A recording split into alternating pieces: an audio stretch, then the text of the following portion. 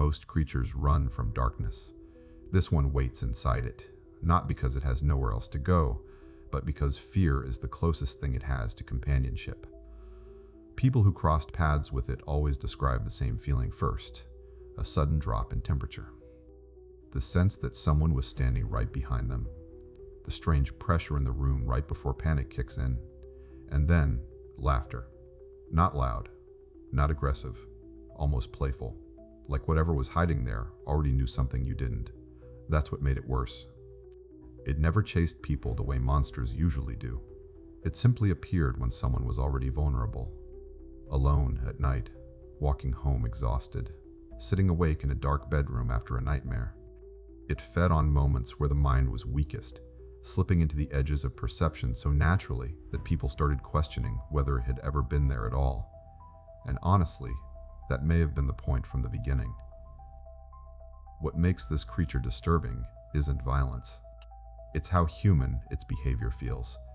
It enjoys reactions. It studies them.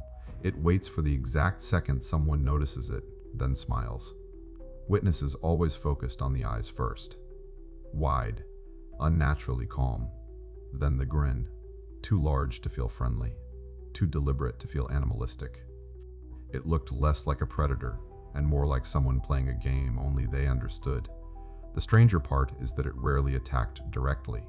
Instead, it manipulated environments, shadows stretching in impossible directions, objects moving slightly when nobody touched them, people hearing footsteps behind them only to find empty hallways. It created confusion before fear.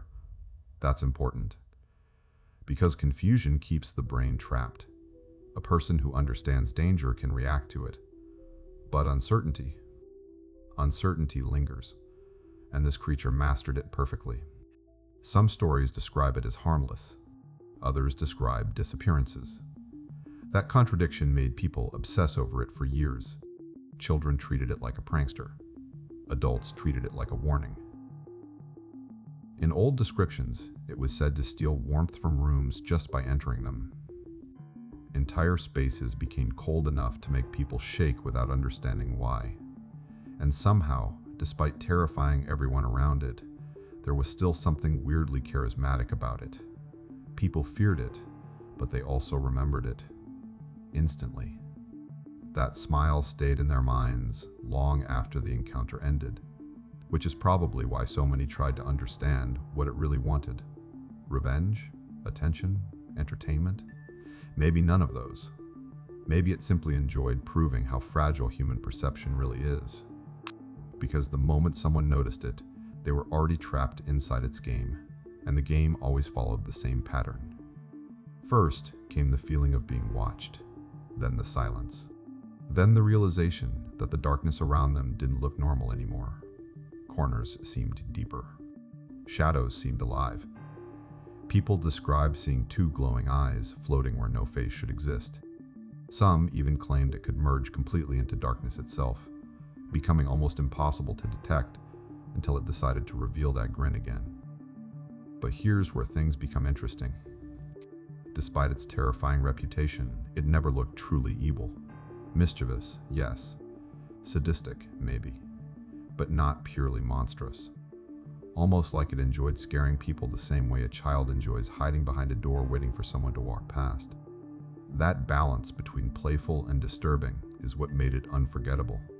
Most monsters rely on brutality. This one relied on personality, and maybe that's why people connected it to loneliness more than hatred. Think about it. A creature that hides in shadows, watches others from a distance, appears mostly at night, laughs instead of speaking, smiles constantly but never really connects with anyone.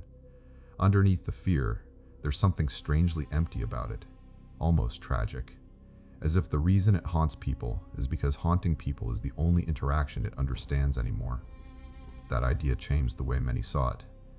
Suddenly, the grin stopped looking confident. It started looking defensive, like the smile existed to hide something else underneath. Isolation, abandonment, maybe even jealousy toward the warmth and connection humans naturally have with each other. But even then, it never stopped playing with fear. In fact, the more terrified someone became, the happier it seemed. Some legends claimed it absorbed energy directly from fear itself. Others believed it targeted people who were already emotionally vulnerable because they were easier to influence. Either way, encounters with it always felt deeply psychological. Victims questioned themselves afterward. Did they actually see something, or did the darkness manipulate their imagination? That uncertainty made the creature spread faster than any physical threat ever could. People told stories. Stories became rumors. Rumors became fear. And fear became exactly what it wanted. The strangest part is that almost everyone recognizes it instantly, the moment they finally see it clearly. Even people who claim they've never heard of it before feel this weird sense of familiarity. Probably because its design taps into something ancient in human psychology. The fear of being watched in darkness. The fear of smiles that don't match emotions. The fear of something standing behind us when we're alone. It turned those instincts into an identity, not through brute force. Through atmosphere. Through presence. Through that impossible grin waiting silently in the dark. Now think about it. You've definitely seen this character before. But do you actually recognize who he is? You knew him, didn't you?